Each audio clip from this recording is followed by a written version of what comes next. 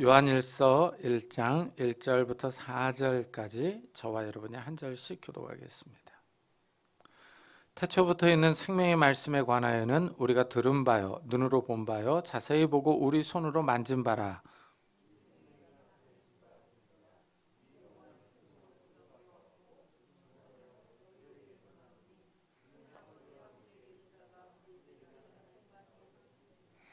우리가 보고 들은 바를 너희에게도 전함은 너희로 우리와 사귐이 있게 하려 함이니 우리의 사귐은 아버지와 그의 아들 예수 그리스도와 더불어 누림이라. 우리가 이것을 쓰면 우리의 기쁨이 충만하게 하려 함이라. 아멘. 사도 요한은 오늘 말씀에서 생명에 대해서 증거합니다. 2절에서 두 번이나 생명이 나타나셨다 하고 말하고 있어요. 이 생명은 살아 있는 존재입니다. 생명이 나타났다는 것은 생명이 드러났다 하는 의미입니다.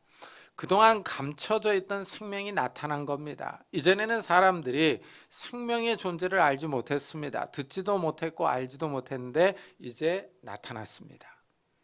살아 있다는 것이 신비롭습니다. 사람에게 생명이 있어서 살아 움직입니다. 살아 있는 동안 말하고 웃고 즐거워합니다. 맛있는 음식을 먹으면 만족해하고 기분 좋아합니다. 짐승에게도 생명이 있습니다. 하늘에는 새들이 날아다닙니다. 물고기는 물에서 헤엄을 치고 다닙니다. 강아지는 사람 곁에서 짖고 뛰어다니며 사람의 말을 알아듣습니다. 생명이 나타나기 전에는 사람들이 생명을 알지 못했습니다. 그렇다면 이 생명은 사람의 생명이나 짐승의 생명은 아닌 것 같습니다.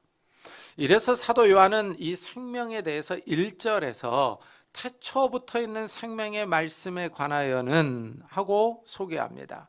이 생명을 생명의 말씀이라고 설명합니다.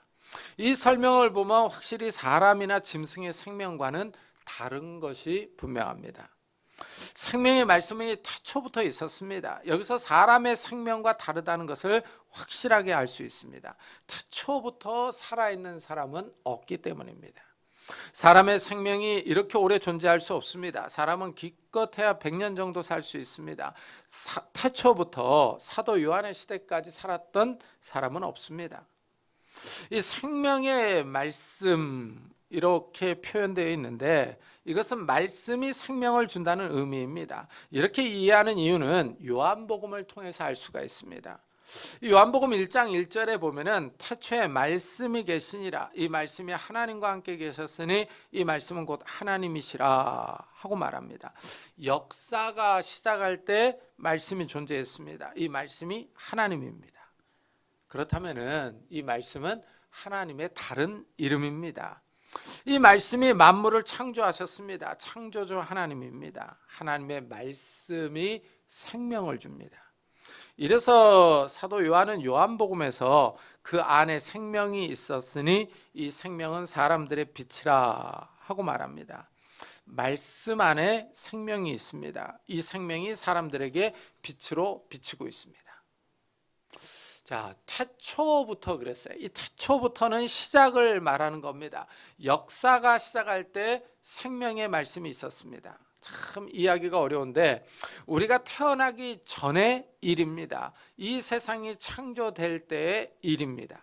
역사가 시작할 때부터 생명의 말씀이 존재했습니다. 이 사실을 증명하거나 입증할 사람은 없습니다. 역사가 시작할 때부터 지금까지 살아있는 사람이 없기 때문입니다. 사람은 다 한계가 있습니다. 사람의 생명은 70이나 강건하면 80이라고 모세는 말합니다. 이 말이 맞습니다. 일반적으로 사람은 80을 삽니다. 특별히 건강한 사람들이 90년, 100년을 살기도 합니다. 사람의 연수가 정해져 있습니다. 그런데 태초부터 이렇게 얘기를 합니다. 그러니까 태초부터 지금까지 살아있는 사람은 한 사람도 없습니다. 그러나 생명의 말씀이 창조부터 존재합니다. 이것을 본 사람은 없습니다. 따라서 이 말씀을 과학적으로 증명하거나 입증할 사람은 아무도 없습니다. 이것은 증명의 문제가 아니라 믿음의 문제입니다. 과학적이고 이성적인 문제가 아니라 믿을 것이냐 믿지 않을 것이냐 하는 신앙의 문제입니다. 오늘 말씀에서 사도 요한이 생명이 나타났다 하고 말합니다. 이 생명이 나타나신 바 된지라 이 영원한 생명을 우리가 보았고 증언하여 너에게 전하노니 이는 아버지와 함께 계시다가 우리에게 나타나신 바 된 이시니라 그럽니다. 말씀이 인간 세상에 드러난 것입니다. 그래서 사도 요한이 보았다고 말합니다. 생명이 나타났다라는 것은 다시 아버지와 함께 계시다가 인간 세상에 드러났다고 설명합니다. 이것은 말씀이 육신이 되어 이 땅에 오신 것을 뜻합니다. 예수님이 탄생한 것을 설명하는 겁니다. 사도 요한이 이 사실을 명확하게 요한복음에서 얘기를 합니다. 말씀이 육신이 되어 우리 가운데 거하심에 우리가 그의 영광을 보니 아버지의 독생자의 영광이요 은혜와 진리가 충만하더라 하고 밝힙니다. 이 사도 요한이 쓴 서신은 읽기는 쉬운데 이게 무슨 말일까 하고 한참을 생각해 봐야 됩니다. 좀 어렵습니다. 이 말씀이 육신이 되었다라는 거, 이건 성자 하나님이 이 땅에 오신 겁니다. 예수님이 이 땅에 태어나신 성탄을 설명하는 겁니다. 성탄절이 어떤 의미가 있는지를 밝힙니다. 성탄절은 단순한 휴일이 아니라 그저 선물을 주고받고 식사하고 쇼핑하는 날이 아니라 연인이나 가족과 함께 즐겁게 보내는 휴일이 아니라 말씀이 육신이 되었다 하고 설명을 합니다. 이게 진정한 의미라는 겁니다. 성자 하나님이 이 땅에 인간의 몸을 입고 오신 역사적인 날입니다. 하나님이 인간 세상에 들어오신 날입니다. 이 생명의 말씀이 역사에 들어왔습니다. 이 점이 참 흥미롭습니다. 이래서 역사가들이 역사를 기록할 때 예수님이 오시기 전, 기원전이죠. 예수님이 오신 후, 기원 후로 역사를 나눕니다. 그래서 기원전은 before Christ, 예수님이 오시기 전 이렇게 얘기를 하고, 기원 후는 아노 도미니, 예수님이 오신 후 이렇게 말을 합니다. 이것을 보면은 예수님이 오신 날이 역사의 중심입니다. 예수님이 이 땅에 태어나신 날을 기준으로 역사가들이 역사를 나눕니다. 참 신기한 일입니다. 역사가 예수님을 중심으로 나눠집니다.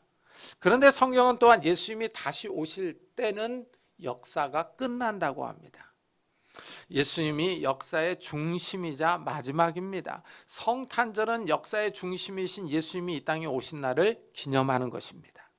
예수님의 생일을 기념하며 기억하는 것입니다. 하지만 세상 사람들은 예수님이 없는 성탄절을 즐거워합니다. 예수님이 없이 술과 선물, 맛있는 식사 자리와 연인과의 데이트로 만족하고 있습니다. 성탄절의 의미가 변질되고 있습니다. 요한이 이 영원한 생명을 우리가 보았다 하고 증언합니다. 육신을 입고 오신 예수님을 보았다는 의미입니다. 이런 점에 있어서 요한은 대단한 특권을 누린 사람입니다.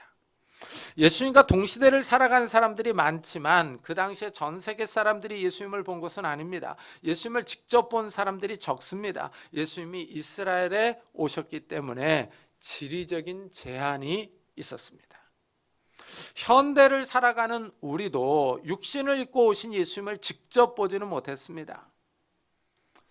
예수님이 살아계실 때 의심 많은 도마를 책망합니다.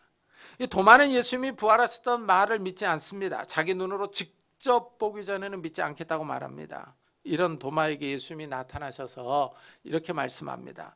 너는 나를 본고로 믿느냐? 보지 못하고 믿는 자들은 복되도다 하십니다.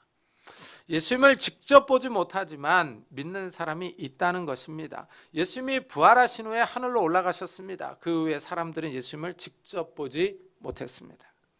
사도들이 전해준 말씀을 듣고 믿는 겁니다. 예수님은 이렇게 보지 못하고 믿는 사람들이 복되도다 합니다. 우리가 여기에 속하는 사람들입니다. 이 점을 사도 베드로도 말합니다. 예수를 너희가 보지 못하였으나 사랑하는도다. 이제도 보지 못하나 믿고 말할 수 없는 영광스러운 즐거움으로 기뻐하니 믿음의 결국 곧 영혼의 구원을 받음이라 합니다. 우리는 예수님을 보지 못했습니다. 그러나 사랑합니다. 예수님이 나를 위하여 십자가를 지셨다는 사실에 감사하며 경배합니다. 예수님을 보지 못했지만 믿고 기뻐합니다. 구원을 받을 줄을 알고 기다립니다. 요한은 예수님을 직접 보았다고 증언합니다. 태초부터 있는 생명의 말씀에 관하여는 우리가 들은 바요, 눈으로 본 바요, 자세히 보고 우리의 손으로 만진 바라 하고 말합니다. 요한은 예수님을 따라다니며 예수님이 말씀하시는 것을 들었습니다. 예수님이 하나님 나라를 말씀하실 때 가까이서 보고 들었습니다. 우리가 눈으로 보고 귀로 들으면 더 잘 믿을 것 같기도 합니다. 사람은 모든 것을 확인해 보고 싶어 합니다. 도마처럼 우리도 내 눈으로 보기 전에는 믿지 못하겠다 하는 사람들도 있습니다. 그러나 눈으로 보고 귀로 들은 것도 시간이 지나가면 희미해집니다. 사람의 기억력이 그렇게 좋지 않습니다. 사람은 시간이 지나가면 눈으로 본 것도 귀로 들은 것도 의심하기도 합니다. 그리고 잊어버리기도 합니다. 요한이 직접 보고 들은 것을 전해주고 있습니다. 이 점이 특이합니다. 기독교는 세대와 세대 사이에 이 전도를 통해서 전해지고 있기 때문입니다. 사도들이 듣고 본 것을 전해줍니다. 전해 들은 사람이 또 다른 사람이나 다른 세대에게 전해줍니다. 이렇게 해서 기독교의 복음이 우리에게까지 전해졌습니다. 여기서 기독교의 생명력이 드러납니다. 기독교는 이런 전파를 통해서 유지된 겁니다. 예수님이 승천하신 지 약 2000년이나 지났습니다. 그럼에도 불구하고 복음이 여전히 전해집니다. 놀라운 생존력입니다. 복음이 소멸되거나 사라지지 않았습니다. 일반적으로 아무리 뛰어난 책이어도 몇백 년을 유지하기가 힘듭니다. 그러나 성경은 지금 2000년 동안 전승되면서 전 세계에 막강한 영향력을 미치고 있습니다. 이 점이 신비롭지 않습니까? 어떻게 성경이 이렇게 신약만 2000년입니다. 구약을 치면 3000년이 넘게 전해져 온 겁니다. 어떻게 이렇게 성경이 3000년이 넘게 생존하면서 그것도 전 세계 사람들에게 영향력을 미치느냐 하는 겁니다. 참, 이 점이 이 기독교가 살아있는 종교다라는 것을 증언하는 겁니다. 복음은 전해받은 사람이 또 전해야 할 책임과 의무가 있습니다. 이래서 예수 그리스도의 탄생 이야기가 계속 전해지고 있습니다. 이렇게 성탄의 의미를 계속 전하는 목적이 있습니다. 우리가 보고 들은 바를 너희에게 전함은 너희로 우리와 사귐이 있게 하려 함이니 우리의 사귐은 아버지와 그의 아들 예수 그리스도와 더불어 누림이라 하고 말합니다. 먼저는 성도 사이의 사귐입니다. 사귐은 교제를 뜻합니다. 성도들 사이의 관계를 갖는 겁니다. 예수 그리스도를 믿는 사람들은 하나님의 자녀로 부르심을 받았습니다. 하늘의 부름을 받은 사람들입니다. 따라서 성도들 사이에 서로 믿음의 교제를 나누는 겁니다. 이 믿음의 교제가 서로를 위로하며 세워줍니다. 사실 믿는 사람들이 세상에서 적습니다. 따라서 이 성도의 교제가 아주 중요합니다. 성도들은 함께 모일 때 힘이 있습니다. 장작불을 서로 흩어놓으면 불이 약해집니다. 그러나 함께 모아놓으면 불이 세집니다. 이와 마찬가지로 성도들도 함께 모여서 찬양하고 기도할 때 성령의 역사가 강합니다. 이래서 성도의 교제가 중요합니다. 성도들이 함께 모여 예배하고 교제할 때 성령께서 강하게 임재하십니다. 둘째는 성도와 하나님 사이의 교제입니다. 성도들이 하나님과 교제를 나눕니다. 예배를 드릴 때 거룩한 교제가 있습니다. 성령께서 임하셔서 성도들의 생각과 마음에 영향을 미칩니다. 설교를 들을 때 마음이 뜨거워지며 하나님의 뜻을 깨닫습니다. 하나님의 말씀에 자신의 영혼과 삶을 비춰봅니다. 참 이 점이 신기합니다. 어떻게 하나님의 말씀으로 자기 영혼을 돌아보느냐 하는 거예요. 이 말씀이 영혼의 거울이 되고 있죠. 그래서 잘못된 것을 바로 고칩니다. 죄악을 깨닫고 회개합니다. 삶의 성찰을 하는 겁니다.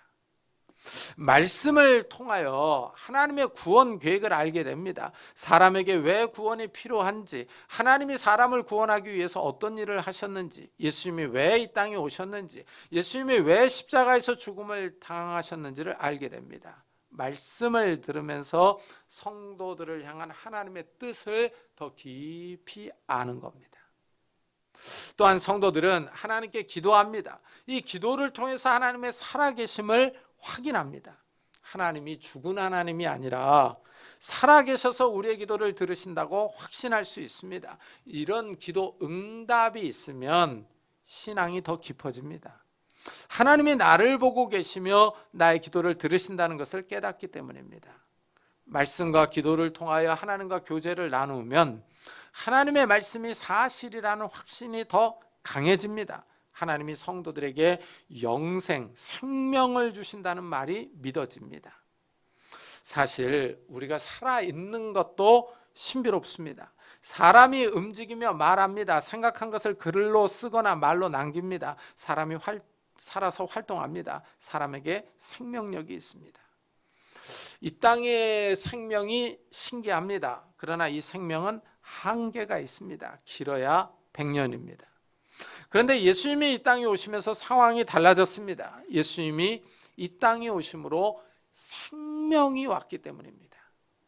예수님이 믿는 사람들에게 영생을 주십니다. 영원히 살 수 있는 생명입니다. 예수님이 이 땅에 큰 선물을 가지고 오셨습니다. 사람들은 성탄절이 되면 선물을 주고받습니다. 작은 선물이라도 선물을 받으면 기분이 좋습니다. 준 사람의 성의가 담겨있기 때문입니다. 선물은 사람의 마음을 즐겁게 합니다. 하나님이 인간에게 선물을 주십니다. 예수 그리스도를 선물로 이 땅에 보내주셨습니다. 예수 그리스도가 하나님의 선물입니다. 예수 그리스도 안에 모든 보화가 담겨 있습니다. 이래서 바울이 예수님에 대해서 이렇게 설명합니다. 하나님의 비밀인 그리스도를 깨닫게 하려 함이니 그 안에는 지혜와 지식의 모든 보화가 감추어져 있느니라. 예수 그리스도가 하나님의 비밀입니다. 하나님의 감추어진 선물입니다. 예수님께 지혜와 지식과 모든 보화가 있습니다. 예수님의 탄생의 비밀을 깨닫고 경배하는 사람들이 이런 선물을 받습니다. 바울이 또 이렇게 말합니다.